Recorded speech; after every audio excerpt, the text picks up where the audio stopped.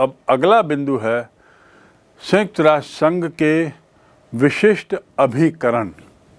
अभिकरण से अर्थात क्या है, उसके कुछ अलग अलग संगठन, अलग अलग संस्थाएं। विश्व राष्ट्र संघ, संयुक्त राष्ट्र संघ की संस्थाएं, जिसमें पहली है विश्व स्वास्थ्य संगठन WHO, विश्व स्वास्थ्य संगठन। संयुक्त राष्ट्र संघ के विभिन्न अभिकरणों में सबसे महत्वपूर्ण अभिकरणों में WHO का नाम आता है, वर्ल्ड हेल्थ ऑर्गेनाइजेशन। विश्व स्वास्थ्य संगठन, इसकी स्थापना 7 अप्रैल 1948 को हुई। विश्व स्वास्थ्य संगठन का ये भवन देखें, WHO, इसकी स्थापना हुई 1948 में। और चूंकि 7 अप्रैल को इसकी स्थापना हुई, प्रतिवर्ष आपको याद होगा विश्व स्वास्थ्य दिवस 7 अप्रैल को मनाया जाता है। इसकी स्थापना के पीछे उद्देश्य क्या है?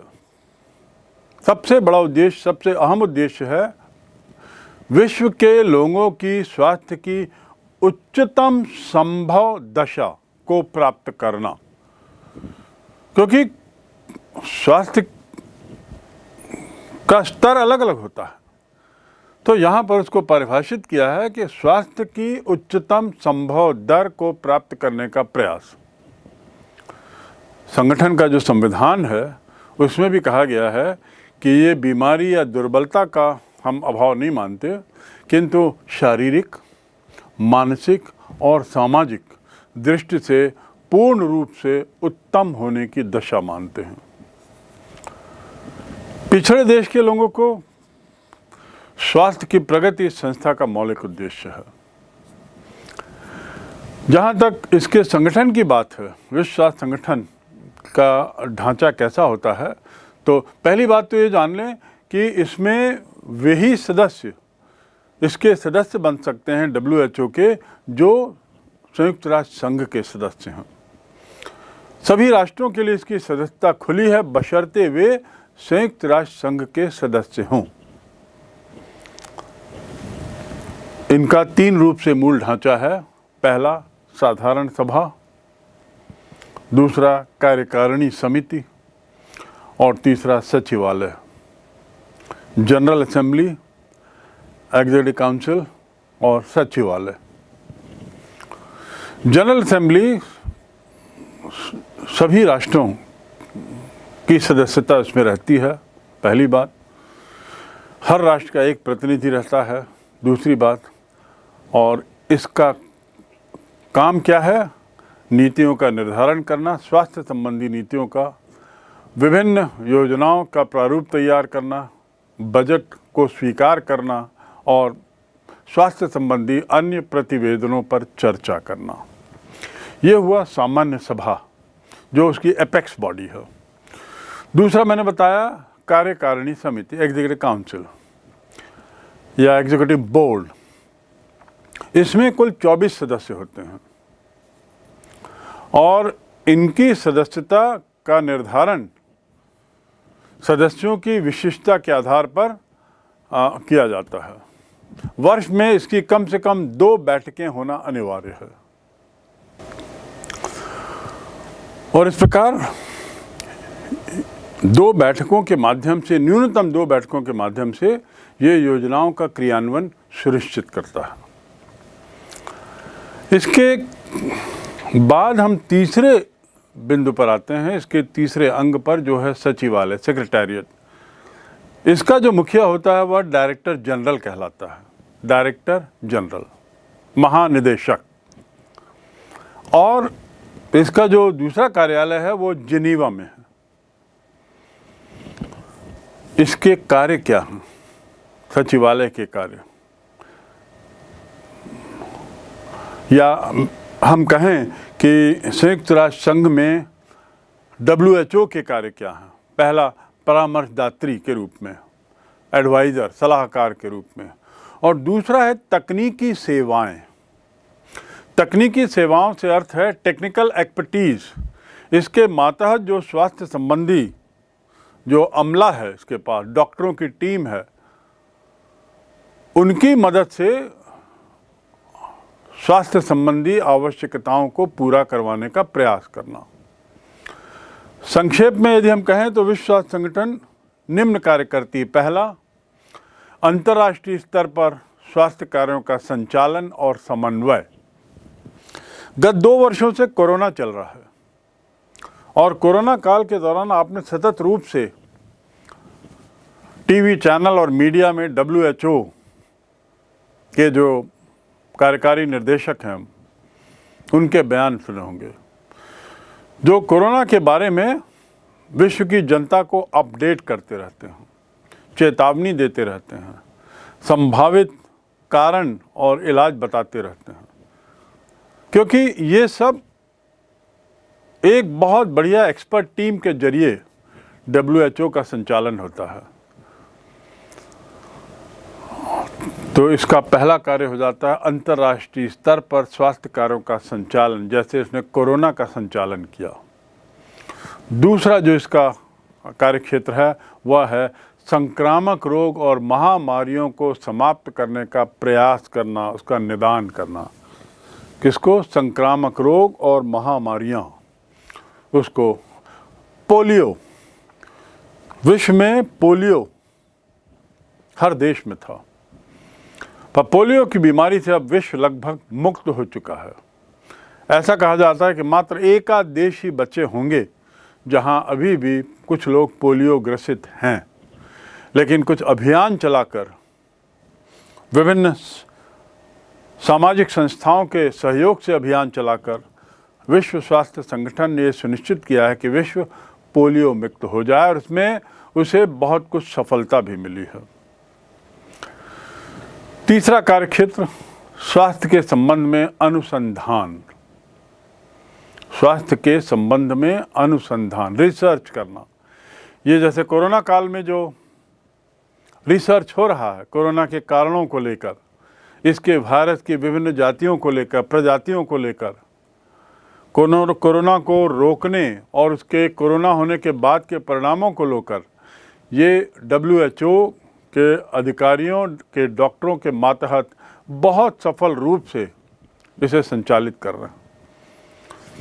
अगला कार्यक्षेत्र आकस्मिक घटनाओं को रोकना।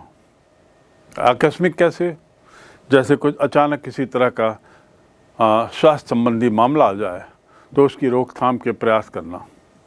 5वां, स्वास्थ्य और शिक्षा, इसके स्तर को ऊपर उठाना, क्योंकि इनका मानना है कि अच्छे स्वास्थ्य के लिए अच्छी शिक्षा बहुत ज़रूरी है, और वो भी मेडिकल शिक्षा, चिकित्सकीय शिक्षा का जितना ज़्यादा विस्तार प्रचार होगा वह उतना ही अच्छा होगा।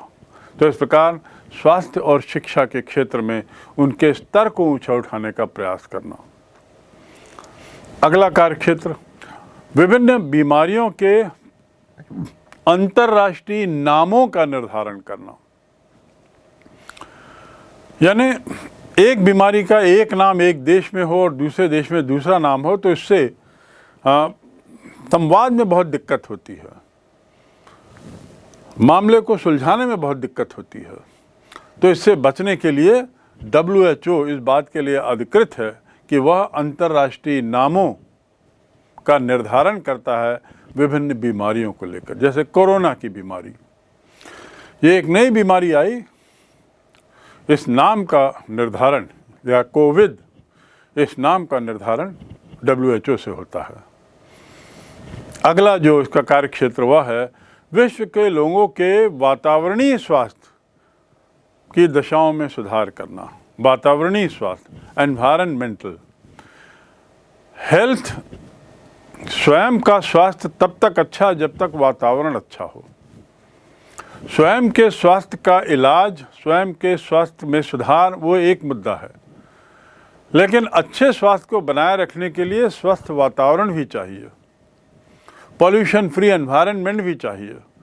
तो ऐसी चीज़ों का भी प्रयास करना हो, लिविंग कंडीशन में सुधार लाने का प्रयास करना, ये भी उसके दायरे में आता है। इसके बाद अगला कार्यक्षेत्र विभिन्न देशों में बाल स्वास्थ्य और अन्य कल्याण की योजनाएं संचालित करना और उसके बाद उसमें वृद्धि करना। बाल स्वास्थ्य में संचालन और वृद्धि। दवाइयाँ, खाद्य, अन्य वस्तुओं का इंटरनेशनल स्टैंडर्ड निर्धारित करना। किनका? दवाइयों का, खाद्य पदार्थों का और अन्य ईटेबल्स का क्या मानक है, कितना खाना चाहिए, कौन सी दवाई कितनी लेनी चाहिए, कौन सी दवाई का स्तर क्या है, इसका एक स्टैंडर्ड, एक पैमाना है। ये पैमाने तैयार करता है WHO, अंतर्राष्ट्रीय पैमाना, इंटरनेशनल स्टैंडर्ड निर्धारित करना बहुत अहम काम है, क्योंकि इसके द्वारा निर्धारित स्टैंडर्ड पूरे विश्व में मान्य होगा। और कार्य क्षेत्रों में 10वां जो इसका कार्य क्षेत्र है वह है स्वास्थ्य के प्रशासनिक एवं सामाजिक प्रविधियों का अध्ययन करना। बहुत लॉफ्टी, बहुत एम्बिशियस प्रोग्राम होता है। वर्ल्ड हेल्थ ऑर्गेनाइजेशन का स्वास्थ्य के क्षेत्र में जो योगदान है या जो कार्यक्षेत्र का दायरा है बहुत विशाल है। निश्चित रूप से विश्व की इतनी बड़ी जनसंख्या और अलग अलग वातावरण, अलग अलग जलवायु, अलग अलग संस्कृति, अलग अलग खान पान वाली जनसंख्या, इनके स्वास्थ्य के सबके अपने अपने क्षेत्रीय मुद्दे बहुत ज़्यादा हैं। निश्चित रूप से WHO इन अपेक्षाओं को पूरा करने में भी बहुत कठिनाई महसूस करता होगा, लेकिन फिर भी यदि हम माने तो इसका योगदान बहुत महत्वपूर्ण है। पर यह बात तय है कि इसमें कुछ दोष भी हैं और इन दोषों का निराकरण भी आवश्यक है यदि विश्व स्वास्थ्य संगठन को और सार्थक बनाना है, उसकी उपादेयता को और बढ़ाना है। तो यदि हम दोषों की बात करें, विश्व स्वास्थ्य संगठन के दोषों की, कमजोरियों की, तो पहली कमजोरी है कोष का अभाव। इसके पास अपना फंड नहीं है, अपना कोष नहीं है। सबसे बड़ी समस्या ये रही, जिसके कारण वो अपने बहुत से दायित्वों को संपन्न नहीं कर पाती, अपेक्षाकृत दृष्टि से पूरा नहीं कर पाती। बहुत बार उसे समझौता करना पड़ता है और परिणाम स्वरूप जब समझौता करना पड़ता है तो उसका दोष भी विश्व स्वास्थ्य संगठन को जाता है, जो कोष की कमी से सतत रूप से गुजर रहा है। दूसरी कमी इसमें है, दूसरी जो कमजोरी है वो है समन्वय की समस्या। समन्वय का अर्थ क्या है? कोऑर्डिनेशन। विश्व स्वास्थ्य संगठन के विभिन्न क्षेत्र में क्षेत्रीय कार्यालय हैं और विभिन्न क्षेत्रों में विभिन्न स्वास्थ्य संबंधी समस्याएं हैं। हर क्षेत्र की अपनी अपनी समस्याएं हैं, क्योंकि वहाँ की अपनी जलवायु है, अपनी आबो हवा होती है, अपनी जीवन शैली होती है, अपना जीन्स होता है, अपना DNA होता है। तो हर क्षेत्र के, कोई पहाड़ी इलाके में रहते हैं, पहाड़ी इलाकों में अलग स्वास्थ्य संबंधी समस्याएं, रेगिस्तानी इलाकों में अलग समस्याएं, ठंडे क्षेत्रों की अलग समस्याएं, गर्म क्षेत्रों की अलग समस्याएं, आदि आदि। तो ये इतनी विरोधाभासी समस्याएं हैं और इनके क्षेत्रीय कार्यालय इतने फैले हुए हैं कि इनके बीच में समन्वय कई बार नहीं हो पाता। क्षेत्रीय कार्यालयों के बीच में जो तालमेल है उसमें कमी है और वो कमी के कई कारण हैं। चाहे विश्व स्वास्थ्य संगठन से संबंधित कर्मचारी, अधिकारी जो वहाँ काम करते हैं, भाषाई समस्या होगी या कोष की समस्या भी होगी। तो ये एक बहुत बड़ी समस्या है जिससे वर्ल्ड हेल्थ ऑर्गेनाइजेशन गुजर रहा है और इसलिए समन्वय की कमी कई बार स्वास्थ्य संबंधी मामले में बड़ी भारी पड़ जाती है। अगली समस्या, विभिन्न योजनाओं का संघर्ष।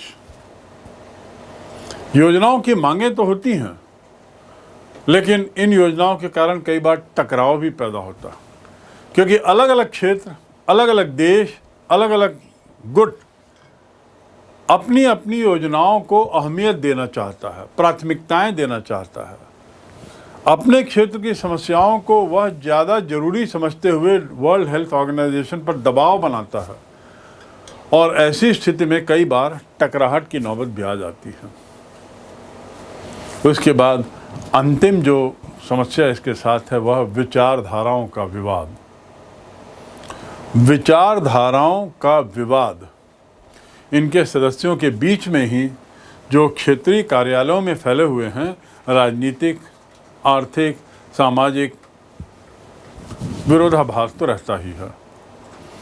अतः ये इनके जो विभिन्न सिद्धांत हैं वो कई बार परस्पर विरोधी हो जाते हैं, एक दूसरे से संघर्षरत हो जाते हैं।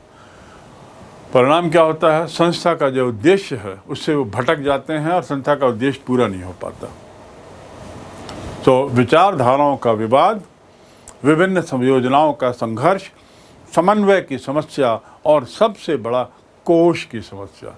यदि कोष पर्याप्त हो, फंड बहुत हो, तो बाकी समस्याएं भी कुछ हद तक नियंत्रित की जा सकती हैं, पर कोष की समस्या सबसे अहम है। इन सब समस्याओं, कठिनाई, वित्तीय अभाव के बावजूद भी इसमें कोई दो मत नहीं कि विश्व स्वास्थ्य संगठन का योगदान बड़ा अहम रहा है। जैसा कि गत 2 वर्षों में कोरोना काल में विश्व स्वास्थ्य संगठन के द्वारा किए गए कार्य बड़े प्रशंसनीय रहे। वैज्ञानिक अनुसंधान, सूचनाओं का संकलन, इस कार्यक्षेत्र में तो इसका बड़ा सराहनीय प्रयास रहा है। अभी कोरोना काल में जो भी डेटा, जो भी गणना आती थी वो WHO के माध्यम से आती थी, जो भी आंकड़े आते थे WHO के माध्यम से आते थे, और इस मामले में इसने बड़ी अच्छे तरीके से अपना कार्य किया है, बखूबी निभाया। आने वाले दिनों में तो और उम्मीद है कि संगठन और अधिक जागरूक होगा, और इस घटना के बाद, कोरोना में इसके रोल को देखने के बाद और बढ़ती हुई संभावित स्वास्थ्य समस्याओं के मद्देनज़र विश्व स्वास्थ्य संगठन को और मजबूत बनाया जाएगा और सक्रिय बनाया जाएगा, ऐसा विश्वास है। संयुक्त राष्ट्र संघ के अभिकरणों में WHO, विश्व स्वास्थ्य संगठन के बाद अगला महत्वपूर्ण अभिकरण है यूनेस्को, UNESCO। UNESCO, यूनेस्को क्या है? ये इसका एक विशिष्ट अभिकरण है, और जैसे 7 जुलाई को उस स्वास्थ्य संगठन स्थापित हुआ था, 7 जुलाई 48 को, यूनेस्को की स्थापना उससे भी पहले 4 नवंबर 1946 को हो गई। और इसका जो मुख्य कार्य है, इसका जो मुख्य उद्देश्य है स्थापना का, सामाजिक, सांस्कृतिक एवं आर्थिक क्षेत्र में सर्वांगीण विकास, सामाजिक, सांस्कृतिक और आर्थिक क्षेत्र में सर्वांगीण विकास। United nations educational, scientific and cultural organisation बहुत महत्वपूर्ण संस्था है।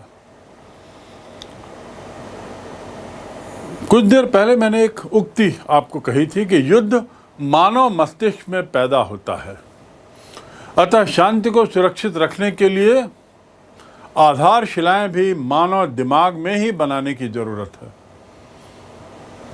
युद्ध मानव मस्तिष्क में पैदा होता है, इसलिए शांति को सुरक्षित यदि रखना है तो हमें उसकी आधारशिला भी मानव दिमाग में ही रखनी पड़ेगी। It is in the minds of men that seeds of peace has to be sowed. War begins in the minds of men.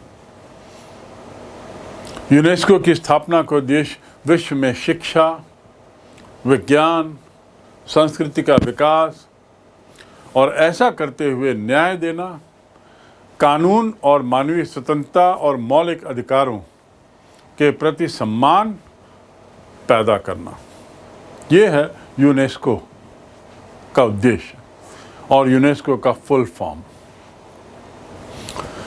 UNESCO भी 3 संस्थाओं के 3 अंगों के बल पे कार्य करती है। पहला सामान्य सभा, दूसरा कार्यकारी बोर्ड और तीसरा सचिवालय, जैसा WHO का है। इसमें भी सभी सामान्य सभा में यूएनओ के सभी सदस्य, एक प्रतिनिधि, और इसका अधिवेशन वर्ष में 2 बार। ये नीति निर्धारण, कार्यक्रम निर्धारण, बजट आदि आदि का कार्य करती है, जैसे WHO की सामान्य सभा। अब एग्जीक्यूटिव काउंसिल, इसका काम 3 वर्षों के लिए ये कमेटी चुनी जाती है और इसका काम भी वैसा ही है जैसा कि WHO की एग्जीक्यूटिव काउंसिल का है।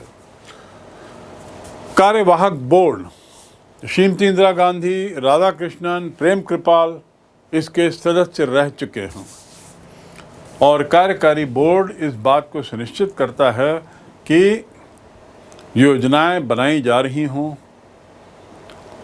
उसके लालन पालन के लिए समुचित व्यवस्था की जा रही, उसके पालन के लिए समुचित व्यवस्था की जा रही हो, आदि आदि। यह है यूनेस्को का दायरा। यूनेस्को का भवन देखिए कितना विशाल है, और यूनेस्को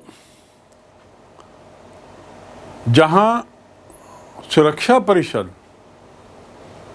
महत्वपूर्ण भूमिका शांति में निभाता है युद्ध के मामले में, ऐसे यूनेस्को शांति के मामले में।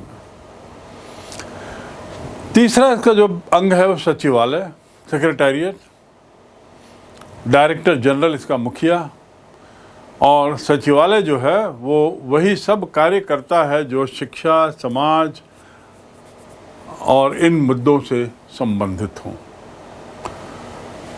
यूनेस्को के कार्यों का यदि हम विभाजन करें तो शिक्षा इसका सबसे महत्वपूर्ण कार्यक्षेत्र है, कार्य का जिम्मा है शिक्षा। शिक्षा का प्रसार इसका बहुत बड़ा लक्ष्य है। शिक्षा का विस्तार, की उन्नति, शिक्षा केंद्रों की स्थापना, वाचनालय की स्थापना, शिक्षा संबंधित विभिन्न सम्मेलनों का आयोजन, शिक्षा संबंधी विशेषज्ञों का सम्मेलन आदि इसके मुख्य कार्य हैं। यानी यूनेस्को के प्रमुख कार्यों में शिक्षा सर्वप्रथम। और क्यों? Because war begins in the minds of man, क्योंकि लड़ाई आदमी के दिमाग में होती है। यदि आदमी के दिमाग को शिक्षा के माध्यम से ठीक कर दिया जाए तो लड़ाई जैसी चीज उपजित ही नहीं होगी।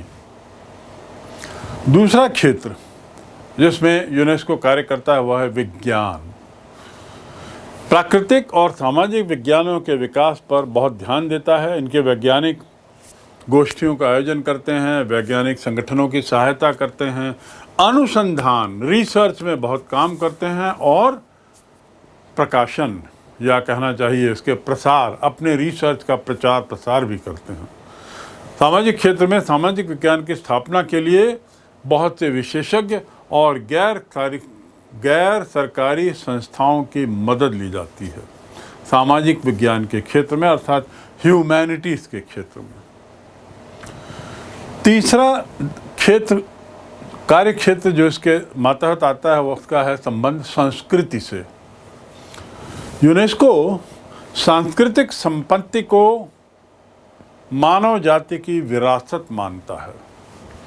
यानी पुरानी परंपराएं, पुराना हेरिटेज, जो भी इतिहास है उसे वो क्या मानता है? विरासत। और इसे विरासत मानते हुए उसे कितना संचयित किया जा सकता है उसका प्रयास यूनेस्को के द्वारा होता है। यूनेस्को का सतत प्रयास रहता है कि इन्हें सुरक्षित रखा जाए। इसी उद्देश्य से उसने भारत, कोलंबिया, नाइजीरिया में सार्वजनिक पुस्तकालय खोले हैं। यूनेस्को ने मानव जाति के इतिहास लेखन के लिए बहुत कार्य किया है। तो पहला, सुरक्षित रखना विरासत को, उसका प्रयास। दूसरा इसका कार्य, भारत, कोलंबिया, नाइजीरिया में लाइब्रेरी खोलना। तीसरा, इसने जो महत्वपूर्ण कार्य किया है वो इतिहास लेखन में प्रोत्साहन का कार्य किया है। और ऐसा करते हुए सम्मेलन, गोष्ठियाँ आदि का आयोजन करता है।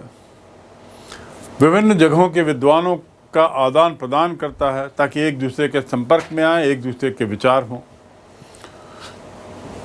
अगला जो इसमें यूनेस्को के संस्कृति के क्षेत्र में जो काम करता है वह है छात्रों को छात्रवृत्ति, भ्रमण अनुदान आदि देना, एक्सचेंज प्रोग्राम करवाना, स्कॉलरशिप देना।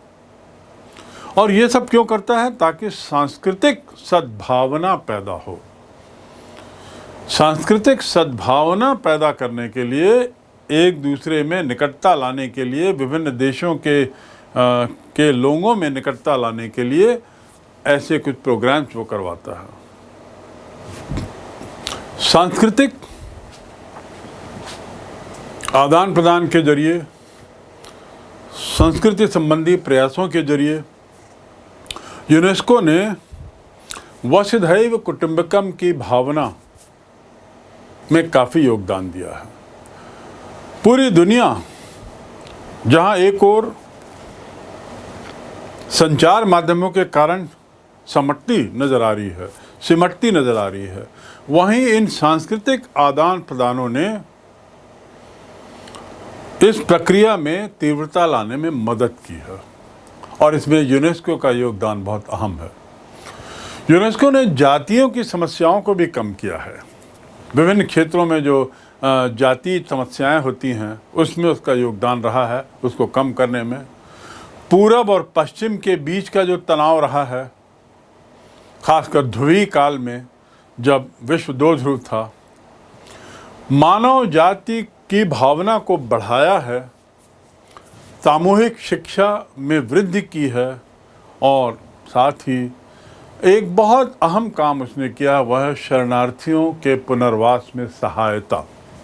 विश्व के बहुत से ऐसे क्षेत्र हैं जहां दुर्भाग्य से एक देश छोड़कर दूसरे देश राजनीतिक कारणों से खासकर लोगों का पलायन हो रहा है। ऐसे लोग जो एक देश छोड़कर दूसरे क्षेत्र में पलायन किए हैं, उनके जीवन यापन का इंतज़ाम, उनके पुनर्वास का इंतज़ाम करने में यूनेस्को ने अहम भूमिका निभाई है। ये तो यूनेस्को के उद्देश्य और उसके बाद उसके द्वारा किए गए कार्यों का उल्लेख। इन सब के बावजूद, जैसे हर जगह होता है कि हर सिक्के के दो पहलू होते हैं, एक अच्छा पहलू और दूसरा पहलू, बुरा पहलू। और आप जितना ही ज़्यादा कार्य करोगे, जितना ही आपका कार्य क्षेत्र विस्तृत रहेगा, जितने ही आपके उद्देश्य ऊंचे होंगे, उतनी ही आप में कमजोरियां भी नजर आएंगी। तो इसी प्रकार यूनेस्को की भी कुछ अपने दोष हैं। इन सब अच्छे कार्यों के बावजूद इनके दोषों की यदि बात करें, कमजोरियों की बात करें, तो पहला ये है कि इसकी जो आकांक्षाएं वो बहुत ऊंची हैं, लॉफ्टी, बहुत ऊंचे लक्ष्य रखा है, जिसे प्राप्त करना बहुत कठिन है, अत्यंत कठिन है। ये एक दोष है। दूसरा, वही आर्थिक समस्या, धन की कमी।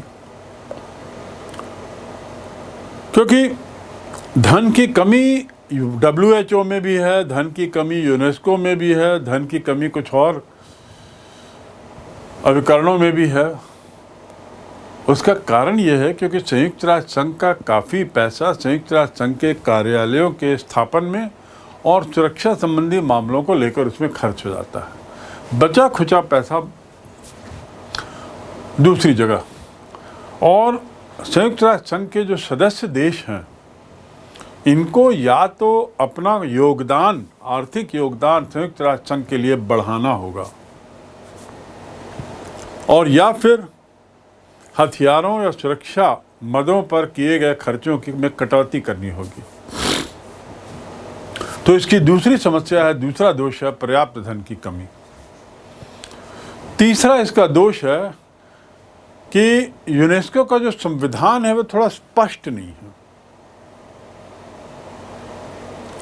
इसके संविधान में ऐसा दिखता है कि पश्चिमी यूरोप और अमेरिका को यूनेस्को में ज़्यादा प्रतिनिधित्व मिल गया है।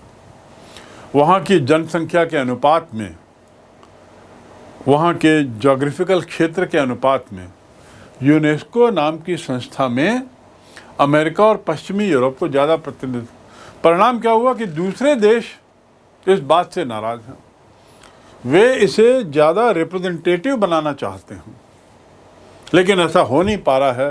तो इसलिए देशों के द्वारा यूनेस्को के नाम से दिया गया योगदान भी नहीं बढ़ पा रहा। अगली कमी जो इसमें है, जो मैंने पूर्व में बताया कि सदस्य राष्ट्र इसको पर्याप्त आर्थिक मदद नहीं दे रहे। उसके बाद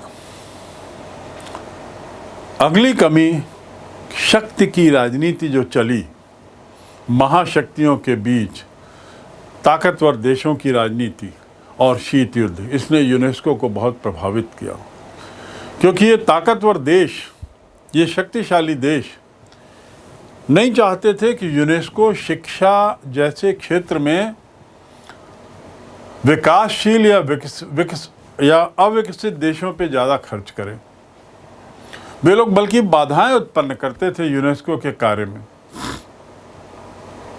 और चाहते थे कि सांस्कृतिक मुद्दों पर जो बजट है उसका ज़्यादा से ज़्यादा खर्च वे इन देशों में करें जो उनसे फ्रेंडली हैं, जो उनके खेमे के हों। तो इस प्रकार अगली कमजोरी इसकी थी कि शक्ति की राजनीति और शीत युद्ध ने यूनेस्को को बहुत प्रभावित किया और उसके कार्यों में बाधा पहुंचाई। अब अंतिम कमी की यदि मैं बात करूं तो वो है कि ये जो संस्था है ये भौतिक रूप से कार्रवाई तो कर नहीं पाती, तो उपदेशात्मक ज़्यादा है। और जब आप उपदेशात्मक होते हो, प्रवचनकारी होते हो, तो वो आपकी कमजोरी ही बताता है, क्योंकि आप लागू करने में सक्षम नहीं हो, आप उसे कार्यक्षेत्र में लागू करवाने में सफल नहीं हो पा रहे हो, इसलिए आपकी नीतियां उपदेशात्मक हो गई हैं। ऐसा करना चाहिए, वैसा नहीं करना चाहिए, ऐसी भाषा यूनेस्को के द्वारा ज़्यादा बोली जा रही। और इसका परिणाम क्या हुआ है कि ये संस्था मजबूत नहीं हो पाई है। तो इस प्रकार हम कह सकते हैं कि यूनेस्को के लक्ष्य तो नेक हैं, परंतु आर्थिक संकट से ये बुरी तरह हिल चुका है। अमेरिका ने कई वर्षों तक यूनेस्को को दिया जाने वाला अनुदान ही रोक दिया, क्योंकि अमेरिका की बार बार ये शिकायत थी कि अनुदान का ज़्यादा खर्च वो ऐसे देशों पे कर रहा है जो शायद उसके खेमे में ना हो। तो अमेरिका के द्वारा अनुदान रोका जाना यूनेस्को को बहुत भारी पड़ा, क्योंकि अमेरिका संयुक्त राष्ट्र संघ और उसके अन्य संस्थाओं में एक मेजर डोनर के रूप में जाना जाता है। जनवरी 1985 से अमेरिका ने यूनेस्को से अपना संबंध ही तोड़ लिया।